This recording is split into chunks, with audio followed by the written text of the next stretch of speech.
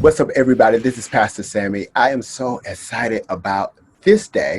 It's Tuesday. It is Tuesday. You know what that is? That is Healing Room LA through Love Freedom Movement. And today it's going to be a good show. Because, first of all, you know I love YouTube series. I love YouTube series. I'm a YouTuber. I don't have many followers, but I love YouTube. I'm building. You got to start somewhere. If you start somewhere, it'll go to the next level. And so we're going to be talking to not some, but one amazing person that I'm really excited that he said yes. So I want you to stay tuned, for there is so much more coming up.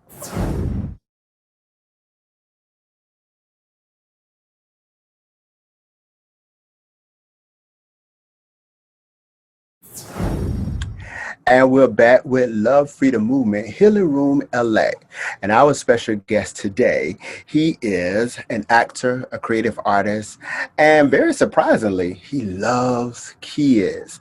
I discovered him first from Love at First Night, which is an amazing YouTube show that is on Slay TV. If you haven't seen it, you gotta go watch it, because I tell you, I binge watched it until I watched all 3 seasons. It was really just that good to me. And so I'm excited to welcome to the Healing Room none other than Ramad Carter. What's up, man? How are you? What's going on? It is so exciting to have you in this space virtually talking to you. You're so really gifted and amazing. I'm thankful to just be able to talk a little bit today with you. Thank you. I'm super excited. I'm ready to get into it. What you got for me? Okay, get into it. Oh my God. So what has been going on for you? I first discovered you from Love at First Night, which is a YouTube show that's on Slay TV. And I literally, when I was traveling and we could travel a lot, YouTube was like my go-to in terms of just watching different things just to relax before I go to sleep or whatever. But when I watched this show, I somehow got hooked and continued to watch it literally all the way through all 3 seasons. Literally, how did you get this opportunity to be a part of the show? So it's actually an interesting story. I moved to New York City, had never been prior, probably like a year or so going there. I knew I was going to be interested in acting and doing things in relation to acting. Yeah. And so I kind of just was, doing the typical New York thing as an actor, looking up, auditions and seeing where, I could kind of get my feet wet. And I came across this. I remember being home one day and I came across a YouTube series. And I had never seen, any type of, queer content type, YouTube series before. It was like, this is interesting. I just kind of, as an actor, I'm always looking to explore all kind of different things. I believe in playing all roles. I welcome all roles. I'm never someone who will turn down a role because I believe in experience. So I came across this YouTube series called No Shade. And so I, very similar to your experience with Love at First Night, was sitting down. I watched the first episode and I was like, this is really interesting. Then it was a second, then it was a third, then it was a fourth. And I found myself binging the entire, season of that particular YouTube show, No Shade. And so I was just like, wow, this is amazing content. This is incredible.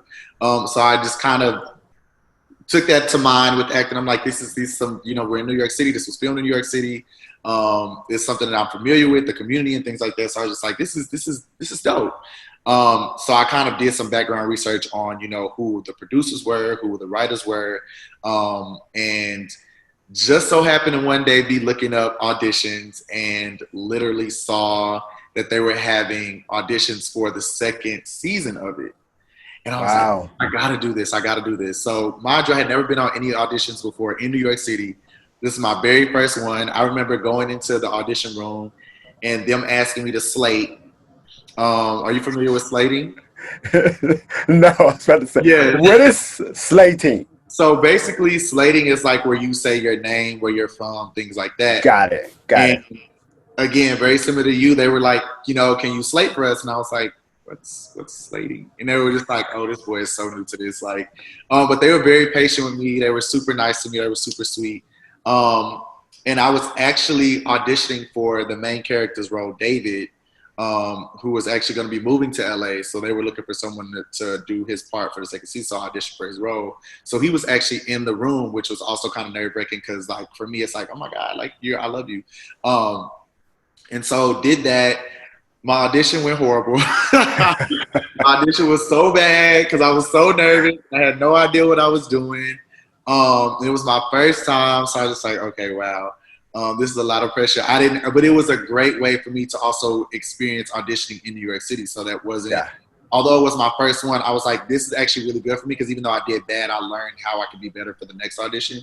But they were like, they didn't say it wasn't good. They were like, of course, the typical, we'll contact you and let you know what we think about you and da-da-da. But I do remember Sean being like, well, we'll keep your file on, we'll keep your headshot and, your acting resume with us, just in case we want to look, put you in something later.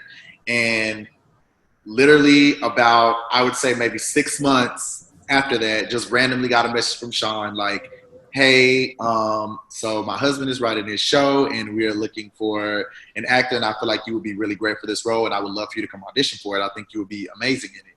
So I was like, absolutely, like, duh, like, it's a no-brainer. I'm on the way. Right, and so I was just like, absolutely. So set up the audition. They had already auditioned people before me, and so they were down to 3 people. So they had to do a chemistry with Kyle. Because Kyle his character was already selected. And so they were doing chemistries with Kyle. And I remember going in, being super nervous because I was just like, this is probably like maybe my 3rd or 4th audition at this point. So I still didn't know exactly what I was doing, but I was willing to, that was me as an actor. I was a risk taker. So even if I didn't know what I was doing, I was willing to mess up and learn. And I remember going into the chemistry read and just being like, okay, you just got to give it your all. You know what I'm saying? And I knew they were a couple. And so I just kind of was like, just like let that, Rico Suave, charming character like kick in. And so that's what I did. And they hit me up. Well, Sean hit me up after probably before than like actually having a conversation with Terry about it and was like, I loved it. I loved you in Kyle's chemistry. I want you to do it. I'm team you all day. And then Terry saw, and I believe after Terry saw it, he agreed. And then that's how I got cast as, my character. When I tell you the chemistry between you and Kyle was so organic, though, it was very believable. Like you guys played that role in a way that we literally thought you guys were together for real, not just for you two. It was just so organic. And y'all look so good on camera. You guys look good together on camera. Like, how did you establish that chemistry? I know it's natural, but also how did you establish a chemistry that you can be up close and personal with each other? Or is that just acting? I mean, it's a part of acting. I was taught to, because it's so funny, at that time that I was filming that show, I was actually in acting school at the exact same time.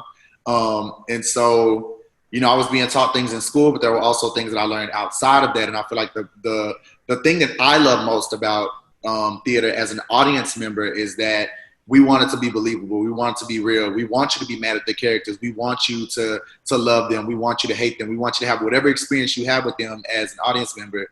And that's what the art is for you. However you interpret that art, that's what's most important. So, I mean, me and Kyle actually were like weird because Kyle has been doing this type of business for a while. And again, I was very new, so I was kind of intimidated by, everybody that was there. And Kyle was just like, look, you gotta let it go. You gotta shake it off. You gotta do what you need to do. And we got stuff to do. So let's wallow in your confusion and your nervousness. Let that go. And I'm just like, no, I don't know. So Kyle was keeping me in line a lot of times and helping me, so that kind of helped with the development because I started to trust him. So it allowed for me to like really build a solid relationship with him. Also, like, he is my partner in the show. So us having these components, on screen, it really like reflected, off screen really reflected on screen. And we also like went on dates. We did things that really helped naturalize because I didn't know him. He didn't know me. So, Wow. the thing that was most important, like I said, was that we created a genuine relationship that would register on screen as us being in an actual relationship and having that chemistry. So we would go on dates, we would have conversations. We would like ask each other about each other's personal life. We really like wanted to like solidify what that relationship looked like. But not only me and Kyle, because as we were learning about each other, we were also creating this nuance in relationship with Jaden and Spencer. So that was the beauty of that. So in creating our own relationship, we like really built a beautiful relationship. Felt comfortable enough to build a relationship, or explore building a relationship with Jaden and Spencer. So that's kind of how that went out. I'm always interested how do you actors really turn off and turn on that emotional connection? Is it just a job, or is there some type of energy or spirit that connects you in order to like make it so believable? Can you just kiss a person and not feel it? Can you hug and not allow, let's say, Ramad to be in that space, but this is Jaden? Right. How do you separate Ramad from Jaden, or are they in many ways one? Yeah. I do. It's so funny because I've got this question so much about like, how similar you to the character, what's so different about you and the character. And a couple of my friends who know me personally have watched them be like, a lot of elements of Jaden, you guys really share because after conversations with you, I know that there's something that you were very interested in regards to your relationship. So, I mean, it helped me. People watching it and having conversations with me around the show really helped me like figure out like, okay, how do I want Jaden to be? What do I want him to look like? How do I want him to register on screen? And how do I want him to be his own person and Ramad still be separate from that character? Because, I'm very different than my on-screen character in a sense that like, I feel like, well, in a lot of ways, like Jaden's more laid back and calm. That's me. He's I don't think he's as much outspoken. I'm a little more outspoken than him. He's somebody that kind of got run over a lot because of issues with, his personal life, his ex and things like that. So with me, I'm very much more of a dominating presence and force in my life. And Jaden was much more of a more submissive person.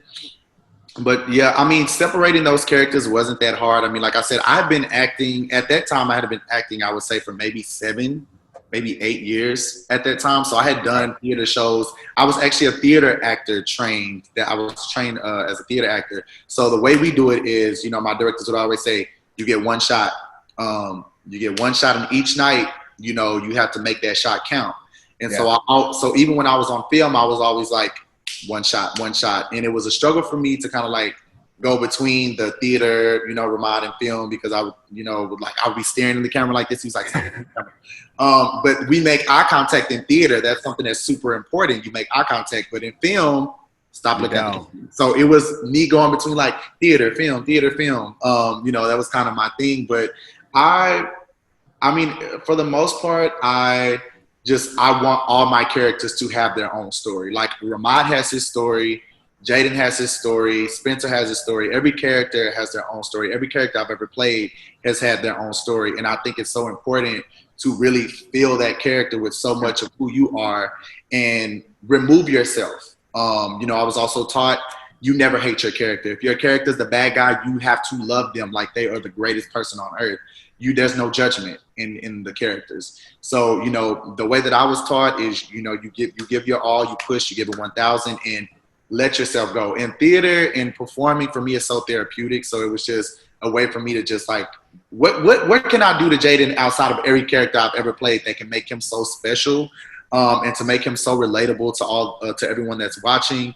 And that was my goal, just like to make Jaden his own person. I think it really registered in the show as well. So Yeah, it really did. One of the things that I really like about actors and artists is that you're able to create life through different lenses on a continual basis, which honestly is, like you said, therapeutic, because you're able to see life or experience this through another person's lens as you portray it, you know, in your life. So I think that is just so amazing. And as we make like a turn into diving more into Ramad, what do you think the show taught you about love? Um, the show taught me that love is something that is evolutionary. It changes constantly. It's not perfect. It takes work. It takes patience. It takes kindness. It takes investment. Um, a lot of understanding, peace, about how people can bring you peace and what peace looks like for each individual person or whoever you're dating, or in a relationship with at that time. And I feel like it also taught me that like what it looks like to take risk and what's that look like. And it helped me understand more so than anything relationships outside of your relationship, your personal relationships with others when you're in a relationship. That's what I learned the most from Love at First Night is like, what does it look like when you're in a relationship and how you interact with your friends? What does it look like, you know, when you're interacting with your parents, you know, with secrets, when you're telling things, what you're not, what you're hiding from people. I had to navigate so many different relationships as Jaden, and some of which I had to experience on my own. So, you know, I got to play a character that lived my experiences. So for me, it was like, yes, he's a lot like me, but he's actually not. He's just someone that is very relatable, just like he's relatable to everyone that's watching. He's so relatable to me. And I really wanted that to shine through. So it's, you know, it's a process. I believe that. I have to ask you, as a young man, you've been on a hit show, so I know a lot of things came at you, both physical and through social media and probably other ways. Uh, you know, Ramad, how did you balance all of that? How did you balance not getting lost, or did you get lost? How did you balance it? um, I mean, to be honest, like I said, outside of filming, Hmm. I still was a full-time college student. I was still working like two jobs when I was not doing that, and so I had my hands tied up in so many things, so I had to like really manage my time well. So in order for me to not get wrapped up, you know, and because I remember waking up one day, and after the show had got released, I remember like waking up and going on Instagram, and I hadn't posted a picture since the show had been released. And after we released the show, I had just, you know, posted a random selfie of myself. And I noticed that it was like, I had like hundreds of followers, new followers. And I was just like, whoa, like, cause you know, I tell people all the time, I'm super honest about it. Like I was at one point, like 200, 300 followers. And it was just like my family and friends, you know what I'm saying? So I was cool with those 30, 35. I'm like, oh, wow, you know, if I got a good 40, I was like, wow, I really did it. You know, so I remember waking up one day, posting a picture, and hundreds of people were liking it. And I was just like, whoa, like literally, I mean, overnight, like after it had been released the following day, there was hundreds of new followers. There were hundreds of people liking my pictures. And I was just like, whoa, like this is like, is this, you know? And so everybody knows me personally know I'm very like, I'm a very big introvert. I have a very extrovert personality, but I'm a big introvert. Um, which the term that we use is ambivert. So when I'm out in public, I'm very much more of a socialite and an extrovert, but it's kind of become a little bit less that way. Right. As the older Right. I've gotten, I'm kind of now going very introvert. But it was like a shocker for me because I had never experienced anything like that, and that's when I started to kind of understand the power of like the internet and social media. Yeah. And Yeah. you know, from that day on, it was 100 more after that, 100 more after that, 100 more after that. So I went from literally, and this is literally just me still being in shock of like the followings that happened because, you know, once social media works, once you have a big traction, then it starts to put your picture on Explore, and then it does things like that when it just happens so quickly. Right. So then everything just moves so fast, and I was kind of just like, whoa, I don't know what's going on. Like this is, you know, what's happening. And then it was the messages, of course, you know, people writing personal messages, and it was just, I was overwhelmed. Like I was super overwhelmed, and I didn't know that that's how it went because I was so new to it. But I just trying to find ways to maintain and still be myself because it started to really put me in the limelight of like, you know, when I was we filmed in New York and so many people had seen it. So when I would go out, people would be like, "Are you in that show? Are you in that show?" And I was just like, yeah, you know, I was, because I just didn't, my personality just didn't match like, you know, what a typical actor would normally be like out and meeting people and shaking hands. I was super introverted. So when I would go out, so many people would be like, I know you. Or people would literally come up and be like, Ramad? And I'd be like, who are you? How you know my name? You know, not, you know, thinking like, oh yeah, you film, people know you. So it was super overwhelming. But also in retrospect to that, so many people, which made it like such a beautiful experiences. I got so many messages from people all over the world, in other countries that were just like, thank you so much for this. You know, we're really grateful for this. This helped me understand this. This helped me do this. This helped me want to try this. And I was just like, wow, like, okay, we're like really, we're onto something. Like we're really changing things. And none of us expected that, but you know, that's kind of like what it was. It was super shocking. Even having people just write me literal messages thanking me for just playing that character, and I saw myself in you, and you helped me understand more about myself and how I feel and the things I've been confused about for so long. And I was just like, it touched me, and that's why I do art. I do art so I touch people, and when people don't understand that when they're touched, I'm touched. And so, you know, it was just always, people still write me to this day. We haven't filmed and going on a year, and people still write me like, I just discovered this show. Like, this is amazing. Like, it's so the show is literally still out there. It's still circulating. It's like, still discovering it. And it's so cool to me because I'm like, bro, we haven't filmed in a year. But people are still like, it's amazing. I finished everything. And I'm like, it makes me feel good because I know that Love at First Night is going to outlive us. You know what I'm saying? It's such a beautiful thing because people are going to watch it and still be touched, and people still going to be inspired. And that's what matters most to me. So outside of my little introvert self, it was a beautiful experience. So I also have to ask you to move into today, to Ramad Carter today. Yes, sir.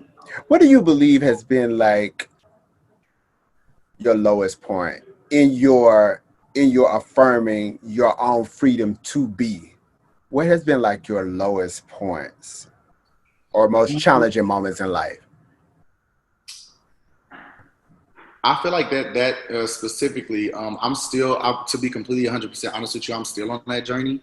Yeah. I wouldn't say so much with my personal experience with how I self-identify, but it's more so now that I've discovered who this person is and the assurance of who this is and the comfortability in who this is, now how that person interacts with the world.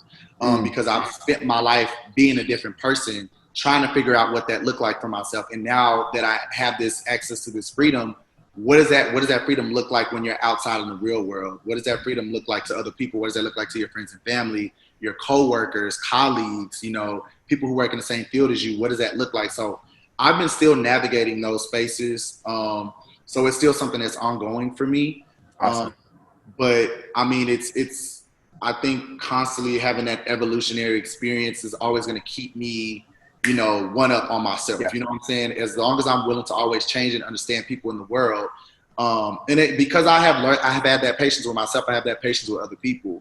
You know, because I didn't know what I was doing. I didn't know who I wanted to be. I was afraid. I was scared. And being fearless now and being able to feel like I can conquer more than anything myself. I've conquered myself. My fears of me, I've conquered. And now I'm just like, oh my God, I can't wait to like be this person in the world because I feel free. So yeah, that's. You know, I believe evolution is it's a beautiful thing because we are forever evolving. If you're not evolving, I think you're not growing. If you're not growing, you're not moving. So it's a part of you being you and discovering you. And like the older you become, the more you become like more in the groove of that person that you are forever becoming. So I think that is just so unique and so great. which adds to your resilience too. And where do you find your joy? What are your highs? What do your highs look like? Um, so I mean, my highs, of course, is my kids. And I know this sounds so crazy because I feel like I've only had this in-depth conversation with like a few people. Yeah. But for me, the reason I also love working with kids is, and I would say this, I would even say that they helped me figure out how to embrace that freedom. Because they're so fearless. They don't care about the judgment of the world. And I work with a lot of pre-K, kindergarten, first grade.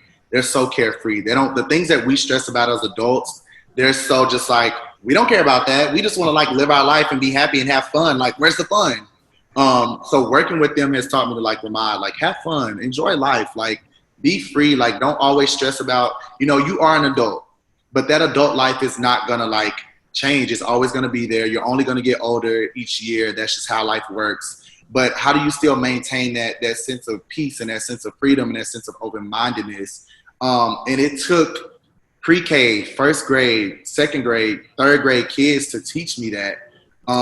And I watched them because essentially they are the kids that I wish I could have been when I was younger. I've engaged with kids who do not absolutely have no idea anything about queerness or sexuality or anything like that.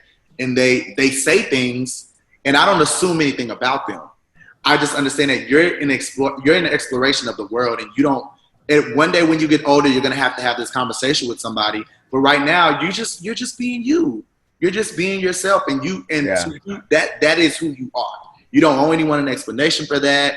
But then of course you have the adults trying to influence their things on them. So for me, I just live in this, I'm a kid with my kids. So I always have this sense of peace and freedom with them. And it's so incredible. And it's definitely my high point of like, my life. I love it. And that's why I want to continue to do it because I want to know what it feels like to continuously live this life out, being a teacher and an educator, what that's going to look like for me and how it's going to make me grow as a person, as a man, and how I will influence and help other students through things that I struggle with and things that I had to figure out. And like, what does that look like for them and how can I support them? So that's definitely my highlight for everything in my life. I think that is so great because that leads us into how you transition from New York and went back home to Waco, Texas, Yeah. which I know had to be kind of a big transition from New York, Yeah. which is such, fast paced and 24 hours to probably going to Waco, Texas, where, the light is off at 9 or 10 o'clock at night, but you went there, to continue like what you feel is your call, your vision is to really help and elevate the lives of children. And when did you discover that like this is something I really want to do? And not only do I want to do, I want to go back to school to get my grad degree in education so I can help the next generation, which takes us to the next generation. Um, I believe solely that the power is in being able to have conversations. I have learned that in the newer generation of kids, they're a lot smarter than like our past selves. Our younger versions of ourselves, we didn't have so much accessibility to, the internet and the news and things like that. Everything was just harder to understand and get access to. I was telling somebody like, all we knew was go outside and play. Right. We didn't have iPads and Androids and iPhones and all these different things. I didn't get my first phone till I was 12, and it was a Nokia that took me forever to text on. It took me forever to finish Snake, like, things like that. And so now kids have so much more accessibility to technology, and technology is one of the most powerful ways of gaining knowledge. And so I have been teaching myself to like, allow kids to like, when I am teaching and engaging with them, to like treat them as young adults, because they are. Mm-hmm. They're not people. The issue with people, I feel like when they work with kids or parenting, is that they treat their kids like babies, and kids are way smarter than you anticipate, and we undermine them often. And so, and the thing about kids is once they know that you undermine them, they're smart enough to know how to play those things against you because they've already been thinking it through. So I have mastered literally just watching my kids like pretty much try to get over on me and try to like. Try to push their limits with me. And I'm like, at the end of the day, this mirrors adulthood. it mirrors adulthood and how we try to figure out how to do these things in our actual personal lives and our careers and things like that, how we navigate those spaces. You know exactly what I mean. How can we do something to get this job that we need? This person is learning us and they know this about me. What can I do to get this relationship? What can I do to gain these things that I need? And kids are masters of that. And because they're so undermined, so I have grown to understand that my transition in that is like, you're going to keep me on my toes. You're going to keep me, aware of everything socially, because I don't have access to the things they do. Even when I listen to music, or anything, or explore, film, anything like that, my kids normally are like, have you heard this song? Have you seen this movie? And I'm like, what is it? And they're explaining it to me. I'm like, no, so I need to, so I go home and I do research, and they keep me up with everything that's currently happening in the world. And that's really dope. Like, I feel like they're educators too. I'm big on, I tell kids, like, I'm a teacher and I'm an educator, but they're by nature educators, because they are the current, minds of the present. And so I'm not a 2020 person. I'm not I'm not post 2000s. I was born in '89, so the stuff that they know, I was just like, oh wow, okay, that's cool. Oh wow, I never knew that. So I'm always learning something new, and they're keeping me on my toe, even with apps and anything like that. They're constantly educating me and teaching me, which is also really, really dope. I'm excited that I'm a teacher, but I have little teachers around me, so that's really dope. I love that, little teachers, because they are. That's one of the things I used to love about education, is the fact that they kept me on my toes. I just learned so much from them, and their energy, I just absorbed it. I just absorbed it. Always. Oh, so in the height of COVID-19, the pandemic, and also Black Lives Matter, all Black Lives Matter, and as we go through this whole racial dissonance, for you as a Black man, where are you in this time? As for many people, they're in the middle, Yeah. in the middle of it. They don't know, truth or fact or false or negative. And so that creates a lot of anxiety, a lot of stress for people. Where are you in the middle of all of this? Before I came down to Texas, I participated in a protest.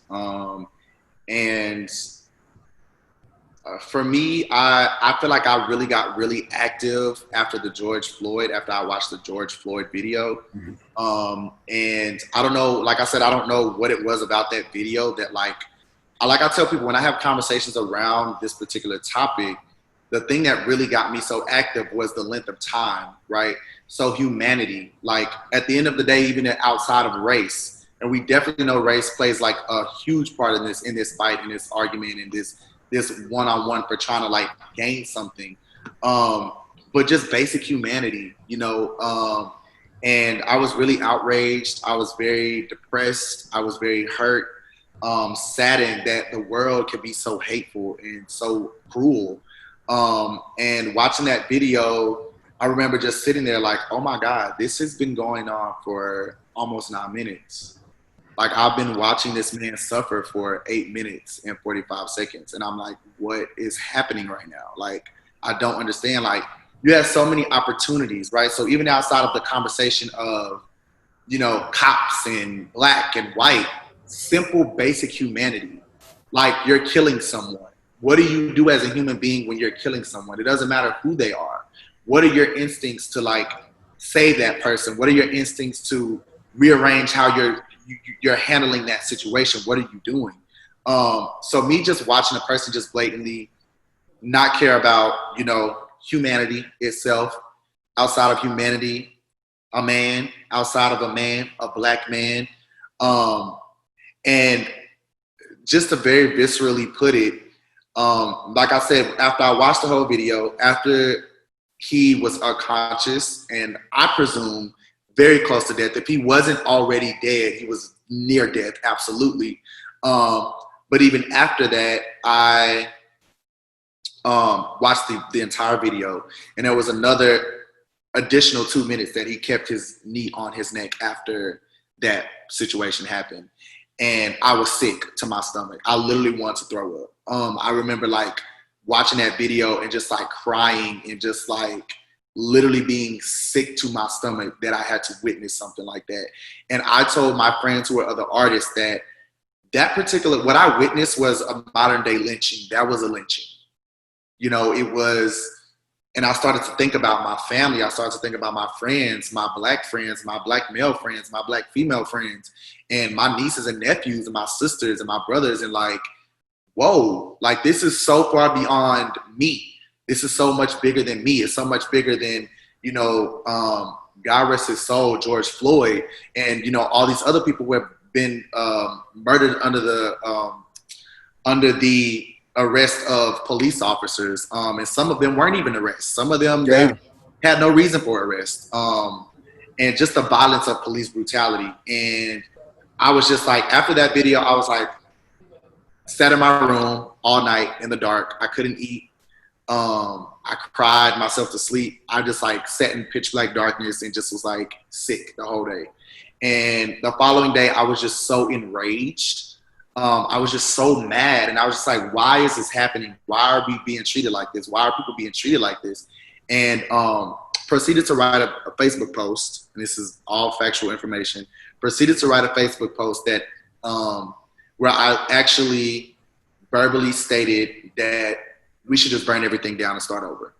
If this is how the world is and this is how we're going to continue to be, then to me, just like Ramadan, there's a burning of sins and a rebirth that happens. So that if that's the case, so people don't understand the signifier of fire. Fire is something that kills everything. It demolishes everything in its path. There's no survival from it. You burn. And then there are things that you have to rebuild from those ashes. So I was like, if this is how the world is going to be, and this is, it's written all wrong. It's written all wrong and it's been wrong. Let's just burn everything down and start over from anew. You know, let's build new things and create new things and ideas and ideologies and relationships, and let's kill classism, let's kill racism, let's kill sexism. Let's just start over and be a better people amongst each other. And I was written by someone who had said that because I have the influence that I have with being an actor and doing a show, that they felt that it was probably inappropriate for me to have put that because I have so many people who look up to me. And I was very biased on that situation. I was also still very much in my feelings because the day before I had watched this man die. So I really didn't care what people had to say. I didn't really care about how people felt. It was not, it was not in my mind. So when the whole Black Lives Matter movement like really kicked up, I was like, I want to be a part of this. Like, I want to be in the front line of like this wrong. And I want to like scream that this is wrong. And how do we fix this? And what do we need to do to get this together? Because can't continue to happen. And so, I protested. I wrote many things. I shared many things. I just wanted to be active and present. Being a Black man in America, we all know it's like, at times it can be one of the most fearful things to experience. I'm scared of the police. I'm just scared of the police. I don't, I've never seen a good instance where I felt okay around police. I myself at one point experienced police brutality, and it was just like, it's crazy. It's a lot, and it's horrifying to watch people die, and to, being of someone who experienced that. Like, that could have been me. That could be my son. That could be my nephew. That could be somebody that I love and care about. And it just made me so angry. And I just really wanted to show my full support. I am in full support of the Black Lives Matter movement. I've had my time with it as far as like my time as far as like my depressive moment. Now I feel like it's time for action. And how do we, and being that I'm an educator, that's where my work is. That's where I take a stand and make sure that my kids are fully educated on what racism looks like. If you are any person of color in America, how to be aware of the things that could be detrimental to you as you're growing up in this world, because that's something that has nothing to do with you. It's just how the world is. So how do you remain a good person? How do you remain civilized? And how do you act in a community? And how do you support each other as people of color? Like, instead of, having violent moments against each other, how do you protect each other? And how do you love each other? And that's like my end all be all with it. Wow. You're a deep brother. I have to say, I think you have so much to say, and there's so much inside of you that still has to be revealed and realized.